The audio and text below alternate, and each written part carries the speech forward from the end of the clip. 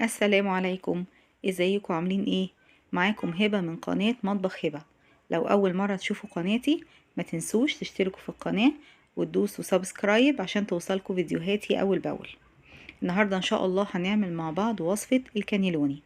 الكانيلوني الوصفة الاساسية بتتعمل بنوع من انواع المكرونة، بتبقى اسطوانية كده، بنجيبها وبنسلقها ونحشيها لحمة مفرومة او حشوة فراخ ونحط عليها بشاميل ونحطها في الفرن.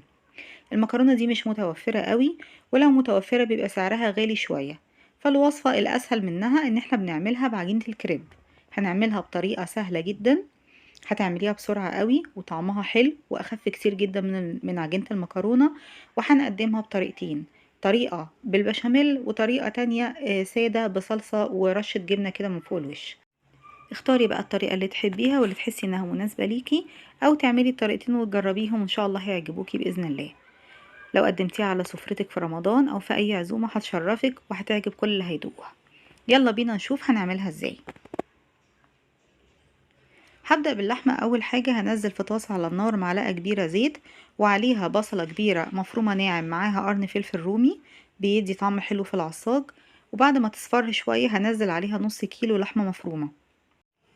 هشوح اللحمة كده على النار لغاية لما تبدأ تستوي. شايفين لون اللحمة بقى عامل ازاي؟ هبدأ بقى في المرحلة دي انزل الملح والتوابل. الملح والتوابل حسب الرغبة، انا بحط ملح وفلفل وقرفة وجنزبيل. بحب ادخل القرفة والجنزبيل في الاكل لانهم مفيدين، وكده طعمهم بيدي طعم حلو للحمة من غير ما يبقى باين قوي. بحط كمان معلقة من دبس الرمان. لو مش متوفر عندك ممكن تحطي نص معلقة صغيرة سكر. وهفضل اشوح اللحمة كده لغاية لما تستوي كويس وتبقى جاهزة على الحشو. اللحمة هنا خلاص جهزت. هطفي عليها بقى النار واسيبها لما تبرد، لغاية لما اعمل عجينة الكانيلوني.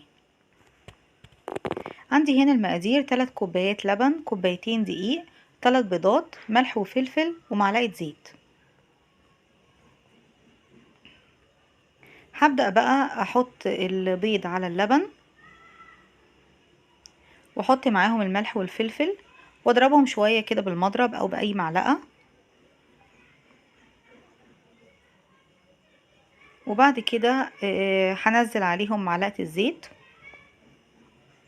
واضربهم شوية كمان. وبعدين هضيف الخليط ده بقى على الدقيق.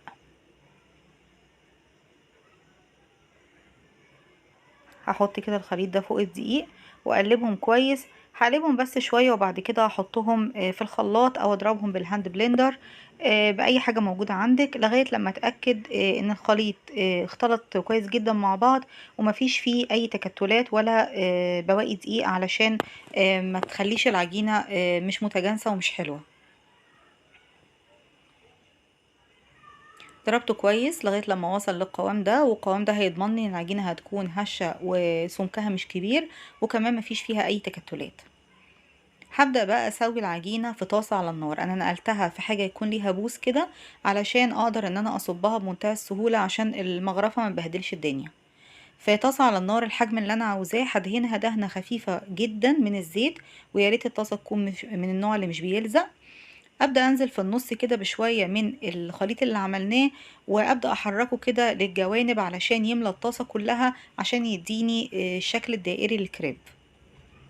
على نار متوسطه طبعا بسويه لغايه لما يبقى لونه كده ذهبي، وراعي ان هو لسه هيتحط في الفرن فمش عايزه اغمقه قوي. اول ما الاقيه ابتدى يحمر كده من الجناب هبدا اقلبه على الناحيه التانية، يدوب ياخد كده ثواني. وبعد كده ابدا اشيله واعمل باقي الكميه.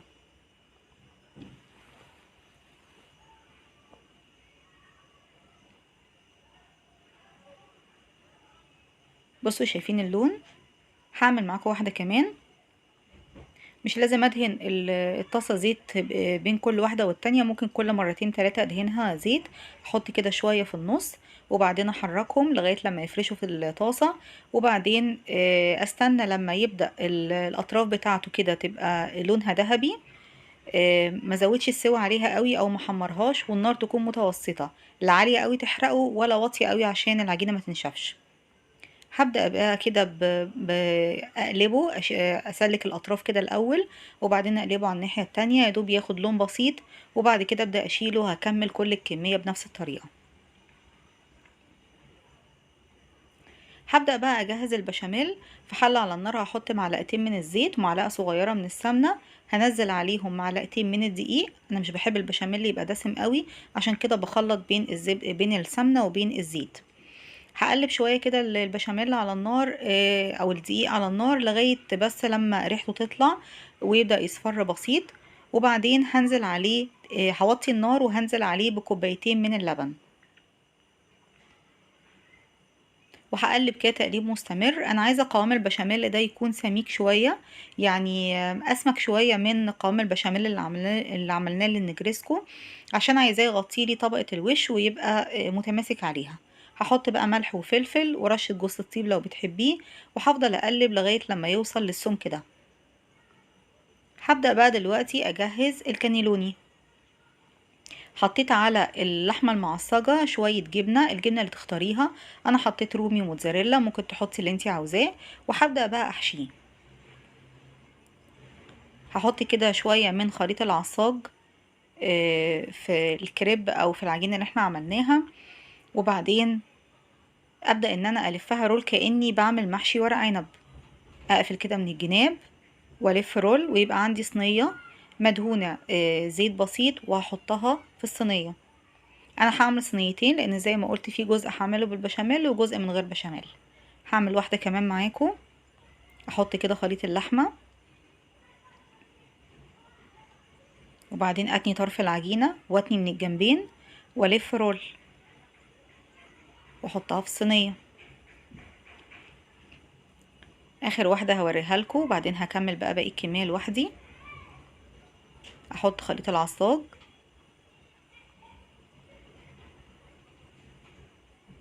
بالشكل ده، اتني طرف العجينه وبعدين الاطراف والف رول بالشكل ده، وبعدين احطها في الصينيه. انا خلصت كده كل الكميه، عملت بس الكميه الاكبر دي اللي مش هحط عليها بشاميل. هنا دوبت معلقه كبيره من الصلصه مع شويه ميه دافين وملح وفلفل لغايه لما توصل للقوام ده، وهدهن بيها وش الكانيلوني اللي عندي. انا بالنسبه لي هعمل كميه اصغر بالبشاميل، وبعد كده هرش عليها خليط من الجبنه الرومي والموتزاريلا. برضو خليط الجبنات ده زي ما انتي عايزه، ممكن تحطي شيدر كمان مع الموتزاريلا بتدي طعم حلو. هجهز الصينية دي وابدأ في الصينية التانية. الصينية التانية دي بقى احط عليها خليط البشاميل اللي عملناه مع بعض. شايفين هو تقيل ازاي، فهيبقى ماسك على الوش. وبعد ما اغطيها كلها بالبشاميل هحط عليها بقية الجبنة. هحطهم في الفرن كده لمدة 10 دقايق او ربع ساعة، وبعد كده اشغل عليهم الشواية على نار هادية لغاية لما الوش يحمر ويوصل للحمار اللي انا عاوزاه. شايفين حلو ازاي؟ مش عايزة اقول لكم بقى ريحته وطعمه حلوين جدا، والقوام بتاع العجينة حلو جدا ومظبوط. هتعجبكم جدا جدا لما تجربوها، وطريقة سهلة وما خدتش مننا وقت خالص. بصوا حلو جدا. ده اللي بالصلصة والجبنة بس، وده اللي بالبشاميل. اللي بالبشاميل طعمه مقارب شوية للمكرونة بالبشاميل، بس اخف منها شوية. بصوا تحفة، حلو جدا. شايفين طري والجبنة بتمط والبشاميل كمان مديله طعم حلو قوي. ده كمان اللي عملناه من غير بشاميل، طعمه حلو جدا وخفيف قوي. ودي كانت وصفة النهاردة، ان شاء الله بإذن الله تجربوها وتعجبكم. مستنية تعليقاتكم، وما تنسوش لو عجبكم الفيديو لايك وشير وسبسكرايب للقناة، واشوفكم على خير في الفيديوهات القادمة بإذن الله. والسلام عليكم ورحمة الله.